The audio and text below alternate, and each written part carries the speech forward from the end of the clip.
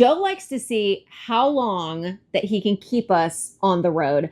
I like to see how clean we can keep us no matter how long we're on the road.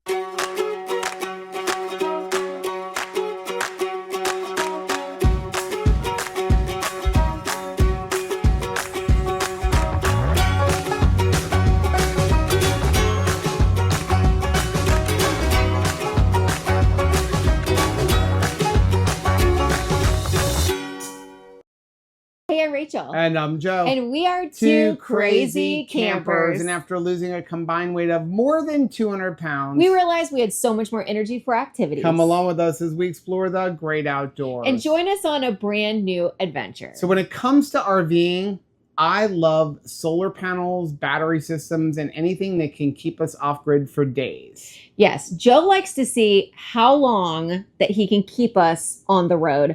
I like to see how clean we can keep us no matter how long we're on the road. So as much as he likes solar power, I like cleaning equipment. I know that sounds weird, but it's true. I am insistent on having a good vacuum cleaner. And that leads to a dilemma because we want a vacuum cleaner for the RV, but there are some problems. And over the years, Rachel's tried a lot of different things. Swifters, little ones that suck things up.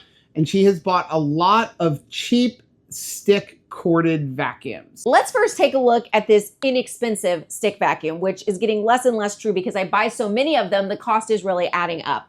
But usually when we get an RV, as soon as we got grace, head over to the Walmart, get ourselves a cheap stick vacuum because I do not like having particles all over the floor. It bothers my feet and I like to walk around barefoot. But almost immediately upon getting a stick vacuum, you start to lose the suction. The other thing that happens is the dumping. This one is particularly annoying because do you see this? It's got a little thing right here. So it just dumps out because this loses its grip. It's terrible. Also, they almost immediately break. As you can see, I can no longer wrap my cord anymore because this little piece has broken off. So yes, they're cheap. $20, $30, sometimes $50, depending on, which brand and what's available, but they break almost immediately. The other issue with the stick vac is there is no place to store it. So we either prop it up inside of a hamper or it lays on the bed. And that's not great because it spills out all over that bed. So here we go, enter the Dyson. This is what we have in our home, or at least what we've been using for years. And I like the fact that in our home, we can bolt this thing to the wall. So now it has a place to live. The problem is I am not bringing this in my RV because I do not want to have it bolted to the wall. So now what do? I need a decent vacuum, but I also need a place to store it. So I want a different vacuum cleaner. And as luck would have it, Uwant actually reached out to us to see if we would take a look at the Uwant v500. And I am happy to try out a vacuum cleaner because like I said, this is my favorite type of toy. So let's take a closer look at the Uwant v500. You just turn it on right here and there's a little turbo boost feature right there that I absolutely love. And I will say that I am very impressed with the suction. Now we RV all over the place. So there's things like rock and there's sand and there's dirt and there's grass. Everything gets inside of our RV. Oh, and by the way, we also live on a construction site and on a farm. So all kinds of stuff gets in here, but nothing has been a challenge for the Uwant. So let me turn it on so that you can see how loud it is. Wait, I have to turn it off for a second because I'm gonna tell you, there's a feature on this that I love but also hate. And that is when you turn it on, there's like a green light fixture that's showing you what is there before you. And it always makes me feel like a monster because when I think I've got everything super clean, it actually highlights more dirt, which is helpful. I need that. Like, where should I vacuum? But also it's like, there's always room for improvement. Once I turn on the turbo boost, things really pick up. And look, you can see the crumbs that I think I've already gotten. So I've been using this vacuum for about 2 weeks and I can tell you, I love the fact that it sucks. It doesn't suck and it's sucking. It's absolutely awesome. It also has a replaceable battery, which is snapping right in right there.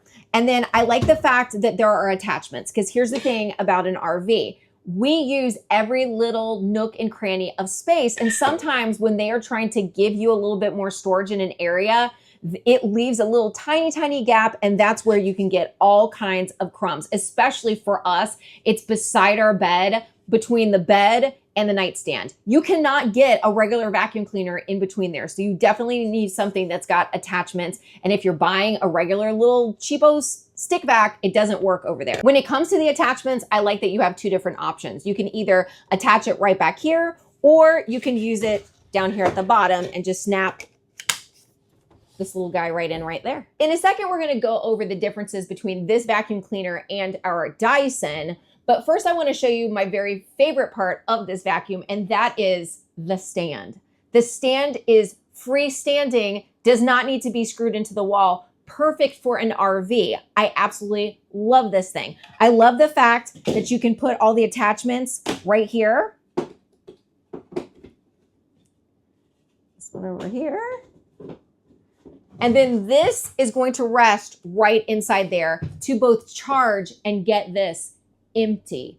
One of the biggest things that I have a beef with when it comes to the Dyson is when you have to dump it. So obviously everything gets stored in this canister right here, just like our Dyson. And with the Dyson, we empty it and it comes out there. The problem is I want to make sure I get every morsel of stuff collected by the Dyson, and I am too rough with it. Joe is always yelling, you are going to break that thing, because you're trying to make sure that you clean everything, especially this filter area right there. But with this one, I don't have to clean it. All I have to do is rest it in the stand, and it is going to do all the dumping and the collecting and the making sure that everything is out of here. Watch this.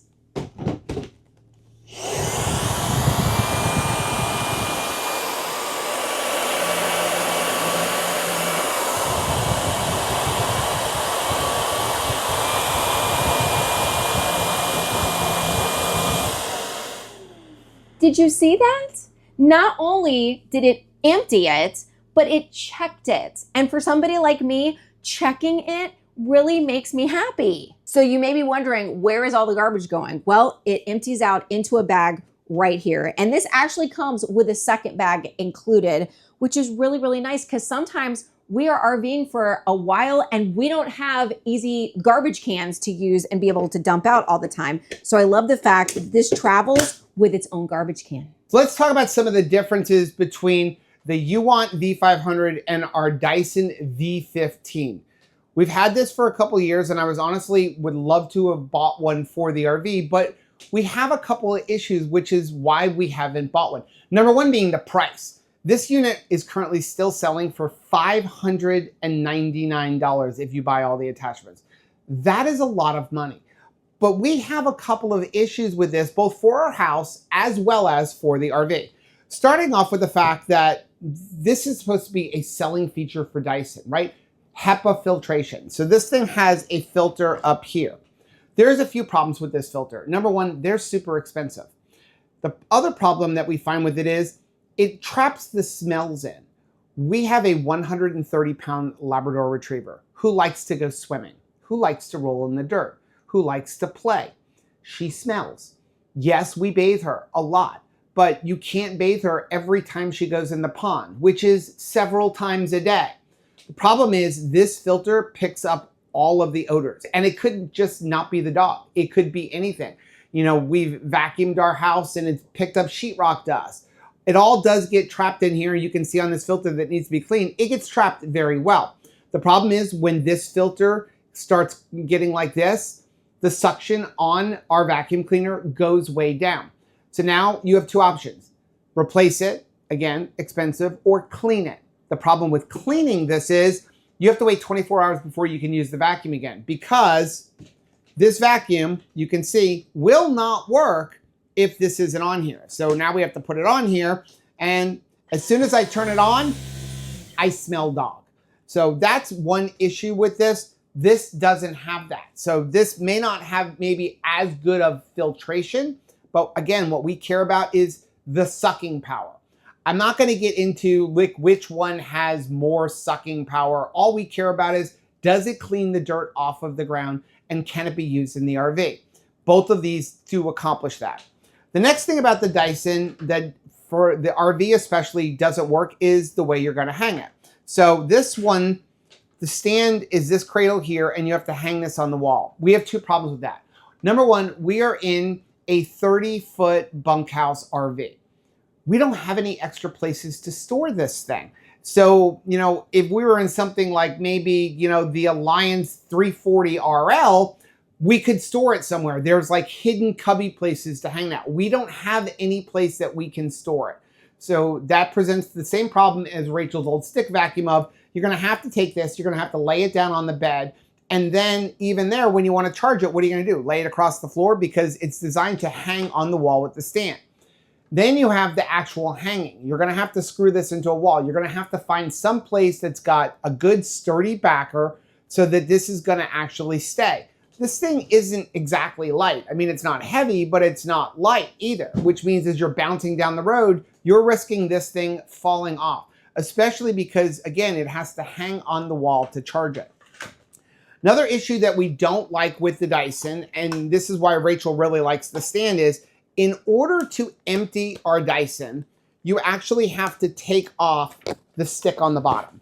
So you have to take off the stick. We'll put that off to the side. And this is empty, so I don't mind doing this. There's a little switch right here, a little like lever, and you have to come down like this. It'll dump everything out. And then it does have this little screen here, and that little rubber piece will do the screen. The problem is you get a lot of stuff caught on there, and this is what Rachel was talking about. What happens is she starts doing this. We've broken several of them that way because you want to make sure it gets nice and clean. Things get trapped up inside of here. You can't get the hair out, and it just becomes a pain. Then you have to go and get this piece and put it back on. It just becomes like a pain in the neck. I want a vacuum. Rachel wants a vacuum that is super easy, and that's what the Uwant has. Other than that, a lot of the things are the same. The battery on this one is actually replaceable, but I will say it does have a bigger storage container than the other one, but other than that, everything else is pretty similar. The biggest con is the price, and then of course you have the filter thing. Now let's take a look at the Uwant and compare those same exact features that we don't like on the Dyson. So first of all, when it comes to the container here, you don't have to take off the stick to empty it. You have your little container right here that holds all the dust and debris. The stick's in the front, and we showed you how the stand actually will empty it for you, so you don't have to worry about that. But there is a button down here on the bottom so that you can actually remove the canister and not use that feature. Inside of this canister, you'll see a little filter right here. So you can just simply pull this filter out so that you can replace or clean this filter. And then inside of this as well, you can also pull out this part and give this a good cleaning. And you can reach in here and get a lot of cleaning in here. So you can use a little sponge. So if you have a bunch of caked on dirt or something like that, you can get into this. That's not as easy with the Dyson. So we'll go ahead and we'll put all of this back together, and then it just snaps back on just like that. So that is a huge difference in the Dyson. The fact that you don't have to take off the stick, it's very easy to get in and clean the container if you need to. Now, somebody is probably gonna say, but this piece is much smaller than a Dyson, and that is true. But let's be honest, we're in an RV. We're not in a 3,000 square foot home that we're trying to vacuum the entire house in one pop with a stick vacuum. First of all, you're not gonna have enough battery life to do a 3,000 square foot home in one pop anyway. And what's the big deal to go over to the garbage can and empty something?